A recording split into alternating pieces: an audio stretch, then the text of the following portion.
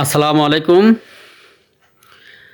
আর একটা ভিডিও নিয়ে এলাম, কারণ কিছুদিন আগে একটা মসজিদে নামাজ পড়তে গেছিলাম।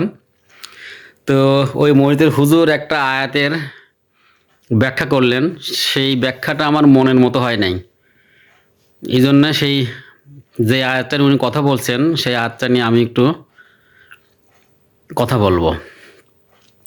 তো আমি একটা মসজিদে গেছিলাম নামাজ পড়তে, মাগরিবের নামাজ। তো মাগরিবের নামাজের আগে হুজুর একটু ভাষণ দিলেন, একটা ভাষণ দিলেন।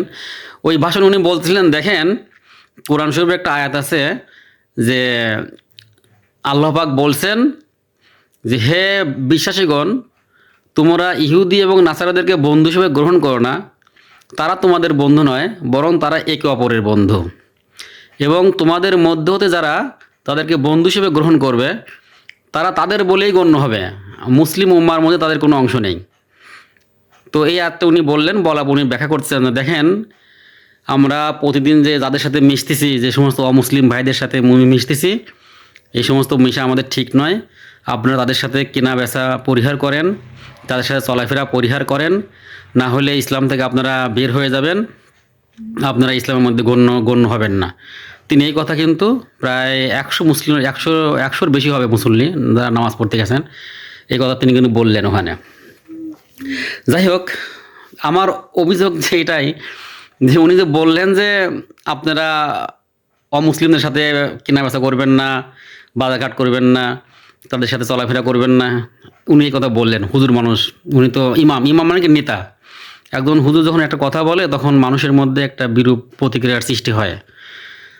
তো দেখেন, এখন যদি আমাদের আমাদের বাড়ির পাশে অনেক অমুসলিম আছে, তারপরে যেমন হিন্দু ভাইরা আছে, কিছু খ্রিস্টান আছে বা বৌদ্ধরা আছে, এরা কিন্তু সংখ্যালঘু, সংখ্যা অনেক কম। এখন যদি আমরা এদের সাথে কেনা বেচা না করি, এদের সাথে বন্ধুত্ব স্থাপন না করি, দেখেন তাহলে কিন্তু এদের কি হবে। এদের দোকান থেকে, যেমন আমার আমি যেখানে থাকি সেখানে পাশে একজন হচ্ছে হিন্দু, একজন হচ্ছে মুসলমান। আমি কিন্তু এই মুসলমান এবং হিন্দুর দোকান থেকে ব্যালেন্স করে কিনা কেনাকাটা করি। হ্যাঁ, একদিন একজনের দোকান থেকে কিনলে আরেকজনের দোকান থেকে কিনি। এখন কেন করি এটা? কারণ আমি যদি মুসলমান দোকান থেকে কিনি, তাহলে ওই অমুসলিম ভাইটের দোকান থেকে মানে কেউ কিনবে না। তাহলে ওর কি হবে? তার তো বেচা কেনা হবে না, ব্যবসা হবে না। তাহলে একজন যদি অমুসলিম যদি ব্যবসা করতে না পারে, কেনাকাটা করতে না পারে, আমরা তার দোকান থেকে কেনাকাটা পরিহার করি, তাহলে কি হবে? আলটিমেটলি তার কিন্তু পরিবারেরও একটা প্রভাব পড়বে, একটা বিরূপ একটা প্রতিক্রিয়া হবে। এখন সে যদি বেচাকেনা করতে না পারে, সে দিন দিন গরিব হয়ে যাবে।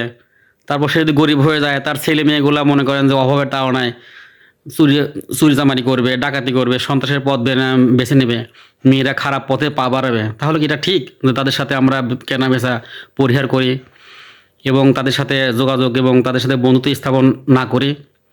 সুতরাং হুজুর যেই বয়ানটা দিলেন, হুজুরের বয়ানের আমি খুবই আমি প্রতিবাদ করি। এটা এরকমভাবে হুজুরের বয়ান তো ঠিক হয় না। হুজুরদের আরও পড়াশোনার দরকার আছে এটা। তা আসুন, এই আয়াত আল্লাহ পাক কী বলছেন আমি সেটা আপনাকে সঠিকভাবে বলে দিচ্ছি। এখানে আল্লাহ পাক বলেন যে তোমরা তাদেরকে বন্ধু হিসেবে নিও না। কাদেরকে? ওই সমস্ত লোকদেরকে যারা একে অপরের বন্ধু, মানে ওই সমস্ত অমুসলিম, মানে ইহুদি এবং নাসারা, যারা একে অপরের বন্ধু। দেখেন এখন একে অপরের বন্ধু কারা আমরা যদি দেখতে পারি বর্তমান যুগে, ইসরায়েল এবং খ্রিস্টানদের একটা দল, খ্রিস্টানদের সব খ্রিস্টান না, খ্রিস্টানদের একটা দল, একটা জোট বাড়ছে, একটা অ্যালায়েন্স, যেমন ন্যাটো, আমেরিকা এবং ইসরায়েল, এরা একে অপরের বন্ধু হয়েছে। দেখেন কোরআন কত বড় একটা আশ্চর্য কিতাব।